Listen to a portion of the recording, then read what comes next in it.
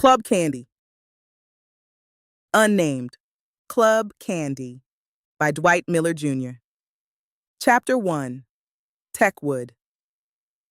Summer came to Atlanta that year not as a season, but as a verdict. It descended from a pale, indifferent sky, a judgment of heat and humidity that settled over the rows of brick houses in the Techwood Homes project with the weight of an ancestral curse. The oppressive warmth was a presence, a seventh child in Eleanor Reynolds' small four-room apartment. It clung to the skin like a damp shroud, soured the milk, and stole the breath from your lungs before you could rightly claim it as your own. It was the heat of the South, a heat that held memories of cotton fields and auction blocks, a heat that promised no relief. She stood at the sink, her hands plunged into a basin of lukewarm water, the scent of lye soap a clean, sharp rebuke to the day's oppressive sweetness. Outside the window, the world was a study in weary brick and scorched earth, the very air shimmering with a visible, tangible exhaustion.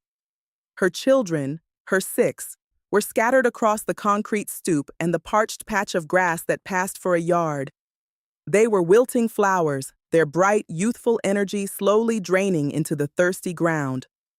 Ruth, the eldest, a book open but unread in her lap, her gaze lost in the shimmering distance. Joey, his bare chest gleaming, poking at an anthill with a twig, his face a mask of such profound boredom it bordered on despair. And the little ones, a tumbling knot of arms and legs, their usual symphony of shrieks and laughter reduced to a low, intermittent hum. A sound that was almost indistinguishable from the drone of the cicadas. The longing pursued her, a relentless hunter in the landscape of her days. It was more persistent than the heat, more confining than the four walls of her apartment, more consuming than the perpetual frantic arithmetic of pennies and dimes that played out in the abacus of her mind. It was a quiet, ancient ache that lived in the eyes of her children, a yearning for a world they had been promised but had never seen. A world glimpsed in the glossy pages of magazines left on city buses, in the flickering silver dreams of the picture show, or in the careless, fleeting faces of the white children who sometimes drove past in their fathers' automobiles, their hands clutching treasures that were, to the Reynolds children, as distant and mythical as the spires of a castle in a fairy tale.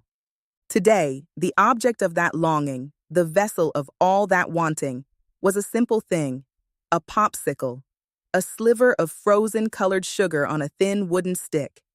It had begun with a picture in a newspaper, an advertisement for a new market that had opened a mile away, in a part of town where the houses had yards with fences and the trees grew tall and full, their shade a dark, cool promise. The ad showed a smiling, freckle-faced boy, his eyes squeezed shut in a rhapsody of bliss, a cherry-red popsicle held to his lips. The picture was in black and white, a study in grays, but the mind supplied the color, the impossible, lurid red. The mind supplied the cold, the sharp, welcome bite of the ice. The mind supplied the taste, a chemical sweetness that was a lie, but a lie the soul desperately wanted to believe. Joey had seen it first, his small finger tracing the outline of the frozen treat as if it were a holy relic. "Look, Mama," he'd whispered, his voice hushed with a reverence that had cracked her heart clean in two. Now the word was a contagion, a secret passed on the hot, dry wind that offered no relief. Popsicle. A sound that held within it a promised baptism, a moment of cold, sweet grace in the relentless, fiery furnace of the afternoon. They had seen them, the children of the project, in the gleaming, humming freezer case of the new market, a forbidden rainbow of reds, oranges, and purples. They had stood outside, their noses pressed to the glass, and had watched the white children emerge from the store, their faces sticky and triumphant, and the sight had planted a seed of yearning so deep and so bitter it felt like a physical pain. Ellie wrung out a dishcloth, her knuckles a ridge of white against her dark skin. She knew the cost. A nickel. A coin that was, in the economy of her life, a small fortune. A nickel was a bottle of baby milk. It was a portion of the rent, a down payment on a future that was always on the horizon, always just out of reach. A nickel for a moment of fleeting sweetness was a betrayal of the careful, precarious balance she maintained every single day, a balance that felt as fragile as a spider's web. She watched Joey, who had abandoned his anthill and was now staring down the shimmering, heat-distorted street, as if he could, by the sheer force of his will, conjure a popsicle from the waves of heat. She saw in him the ghost of his father, the same proud, rigid set of his shoulders, the same way of holding his disappointments deep inside, where they could curdle and ferment into a quiet, simmering rage. Joe was at the docks, a place she had never seen but could imagine with a dreadful clarity, a world of sweat and steel, of men who gambled with their bodies for a day's wage, a world where a black man's labor was cheap and his dignity cheaper. He would come home that evening, his body aching, the smell of the river and the grime of the city clinging to him like a second skin. He would bring with him his burden of his own deferred dreams, a weight that was becoming heavier with each passing year. And she would meet him at the door, his wife, the keeper of his house, the mother of his children, the woman who was supposed to make it all right, to make it all enough. But how could she make it enough when the world was so full of things they could not have?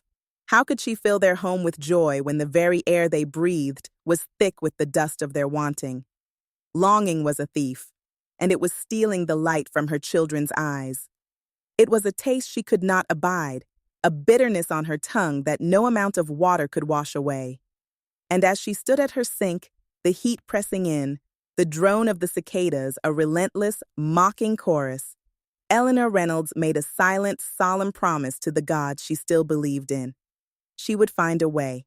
She would find a way to bring a taste of sweetness into this house, a sweetness of their own making, a sweetness they could afford. She would wage a war against the bitterness of this world, and her weapon would be sugar and ice. End of Chapter 1.